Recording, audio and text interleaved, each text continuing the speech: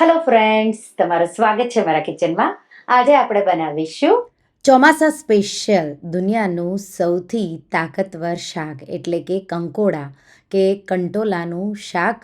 આજે આપણે કાઠિયાવાડી રીતે ભરેલા કંટોલાનું શાક બનાવીશું. બહુ ટેસ્ટી એવું લાગે છે. જો તમને મારી રેસિપીઓ ગમતી હોય અને હજુ સુધી ચેનલને સબસ્ક્રાઈબ ન કર્યું હોય તો સબસ્ક્રાઈબ કરજો અને બાજુમાં આપેલી ઘંટી દબાવજો એટલે નવી નવી રેસિપીના નોટિફિકેશન આવે. તો ચાલો બનાવીએ. આ કંકોડા કે કંટોલાનું શાક તમે સાતમ, જો મોટી સાતમ કરતા હોય કે સફર કરતા હોય તો તમારે જો લઈ જવું હોય કોઈ શાક જલ્દી બગડે નહીં એવું, તો આ શાક તમે બનાવી શકો. અહીંયા 200થી 250 ગ્રામ જેટલા કંટોલા લેશું. મેં વધારે લીધા છે પણ હું 250 ગ્રામ જેટલા જ કંટોલાનું શાક બનાવવાની છું. કંટોલા છે એને ધોવા ખૂબ જ જરૂરી છે. તો અહીંયા હલકા ગરમ પાણીમાં તમારે એને 2-3 વાર આ રીતે એકદમ મસળી અને ધોઈ લેવાના. પાછા 2 પાણીથી મેં એને ધોઈ લીધા. માટીનો ભાગ અને કચરાનો ભાગ કંટોલામાંથી એકદમ સારી રીતે નીકળી જવો જોઈએ. હલકું ગરમ પાણી હશે એટલે કંટોલા એકદમ સારા એવા થઈ જશે. હવે એક કંટોલું લેશું. આ રીતે ઉપર નીચેનો ભાગ કટ કરી વચ્ચે સ્લીટ મૂકી અને પછી આ રીતે કંટોલાનો બિયાનો ભાગ છે એ આ રીતે તમારે કાઢી લેવાનો છે.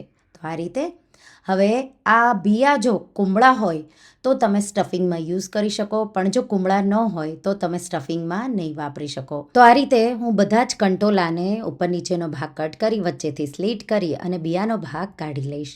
જો તમારે બિયા સોફ્ટ અને કુમળા હોય તો સ્ટફિંગમાં વાપરવાના, નહીં તો તમારે એને ડિસ્કાર્ડ કરવાના.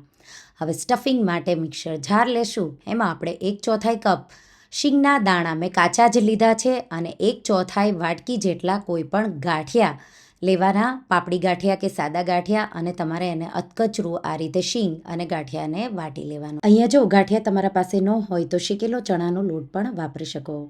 હવે મિક્સર જારમાં 2 લીલા મરચાં, 6થી 7 લસણની કળીઓ. આ રેસિપીમાં લસણ ન ખાતા હોય કે સાતમના તહેવાર માટે બનાવતા હોય તો લસણ સ્કીપ કરવાનું. એક નાનો ટુકડો આદુનો લઈ અને આવી પેસ્ટ વાટી રેડી કરી લઈશું. પેસ્ટને પણ આપણે અધકચરા વાટેલા શીંગ અને ગાંઠિયામાં ઉમેરી દઈશું. હવે એમાં આપણે થોડા મસાલા કરી લઈશું. 1/2 ટીસ્પૂન હળદર, 2 ટીસ્પૂનથી થોડું ઉપર લાલ મરચું પાવડર કે તીખાશ તમને જોવે એ રીતે કાશ્મીરી લાલ મરચું કે તીખું લાલ મરચું ઉમેરી દેવાનું. 2 ટેબલસ્પૂન જેટલું ધાણા જીરું પાવડર. તો અહીંયા તમે થોડું ઓછું રાખો તો પણ ચાલે, પણ ધાણા જીરું સ્ટફિંગવાળો કોઈ પણ તમે શાક બનાવો તો બહુ સારું એવું લાગશે. 1/4 ટીસ્પૂન જેટલી હિંગ, 2થી 3 ટેબલસ્પૂન જેટલા સફેદ તલ, અડધા નાના લીંબુનો રસ નીચોવી દઈશું. 1 ટેબલસ્પૂનથી થોડું ઉપર તેલ ઉમેરી દઈશું. અહીંયા જો તમને જરૂર લાગે કે તેલની વધારે જરૂર છે તો વધારે પણ ઉમેરી શકો. 1/2 ટીસ્પૂન જેટલું મીઠું કે પછી સ્વાદ પ્રમાણે અને 1/2 ટેબલસ્પૂન જેટલો ઝીણો ઝીણો ખમણેલો કે ચોપ કરેલો ગોળ ઉમેરી દઈશું. આ રેસિપીમાં તમે ખાંડ પણ વાપરી શકો છો. અને આ રીતે મસળી એકદમ સારી રીતે મિક્સ કરી દઈશું. તો બધા જ મસાલામાં બધો જ મસાલો એકસાથે મિક્સ થઈ જાય એ રીતે તમારે એને મસળી મિક્સ કરી દેવાનું છે. તો આ રીતે અને મસાલો તમારે ટેસ્ટ કરી લેવાનો, અને તમને જો જરૂર લાગે ગરમ મસાલો આમાં હોય છે પણ મેં નથી ઉમેર્યો, તમે 1/2થી 1/4 ટીસ્પૂન જેટલો ગરમ મસાલો પણ ઉમેરી શકો છો. સાથે આપણે 1/4 કપ જેટલા લીલા ધાણા ઝીણા ઝીણા ચોપ કરેલા ઉમેરી મેં મિક્સ કરી દીધું. બધો મસાલો એકદમ સારી રીતે રેડી થઈ ગયો. હવે કંટોલા મેં બધા કટ કરી રેડી કરી લીધા છે. આપણે આ રીતે જેટલું સ્ટફિંગ આવે એટલું ઉમેરી હળવા હાથે થોડું પ્રેસ કરી દેવાનું. આ રીતે બધા જ કંટોલા આપણે ભરી રેડી કરી લઈશું. તો અહીંયા 200 ગ્રામ કંટોલા પ્રમાણે મેં આ મસાલો બનાવ્યો છે. તમારે જો વધારે કંટોલા બનાવવા હોય તો મસાલો તમારે ડબલ કરી એ રીતે લેવાનો. તો આ રીતે કંટોલા બધા જ ભરાઈ ગયા અને મસાલો જે બચ્યો એ આપણે ઉપર શાક થઈ જાય એટલે આપણે એમાં ઉમેરી દઈશું. તો કંટોલા તૈયાર છે. હવે આપણે શાકનો વઘાર કરીશું. શાકના વઘાર માટે આપણે 1 ટેબલસ્પૂનથી થોડું ઉપર તેલ ગરમ કરીશું. ગેસની ફ્લેમ સ્લો ટુ મીડિયમ રાખીશું.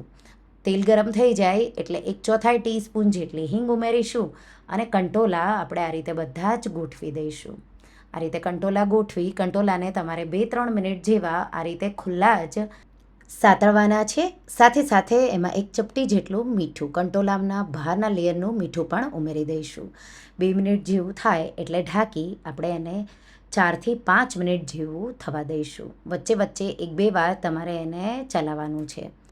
તો આ રીતે મેં એને ચલાવી લીધું. હવે જો તમને લાગે કે તેલ ઓછું છે તો તેલ તમે ઉમેરી શકો. હું અહીંયા કંટોલા જલ્દીથી કૂક થઈ જાય એટલે એમાં 4-5 ટેબલ સ્પૂન જેટલું મેં પાણી ઉમેરી ઢાંકી દીધું અને આપણે 3 મિનિટ જેવું એને થવા દઈશું. તો પાણી ઉમેરશો આ રીતે એટલે કંટોલા ચીપકશે નહીં અને ઓછા તેલમાં તમારું શાક સારું એવું તૈયાર થઈ જશે. તમે તેલનું પ્રમાણ વધારે રાખીને પણ આ શાક બનાવી શકો.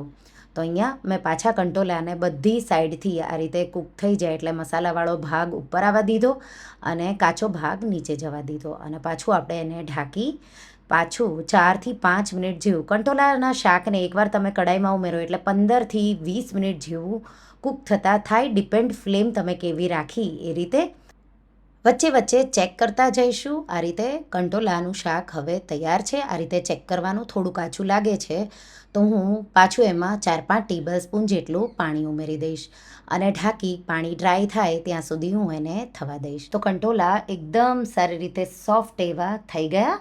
તો હવે જે મસાલો બચ્યો છે એ આપણે ઉપર આ રીતે ઉમેરી દઈશું.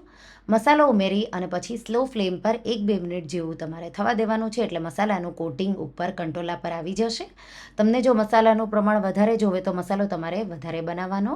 કંટોલાનું શાક બની તૈયાર થઈ ગયું. લાસ્ટમાં આપણે લીલા ધાણા ઉમેરી દઈશું અને એકદમ સારી રીતે મિક્સ કરી દઈશું. ગેસની આંચ બંધ કરી ગરમ ગરમ કંટોલાના શાકને તમે રોટલી સાથે, થેપલા સાથે કે દાળ ભાત સાથે સાઈડમાં સર્વ કરી શકો.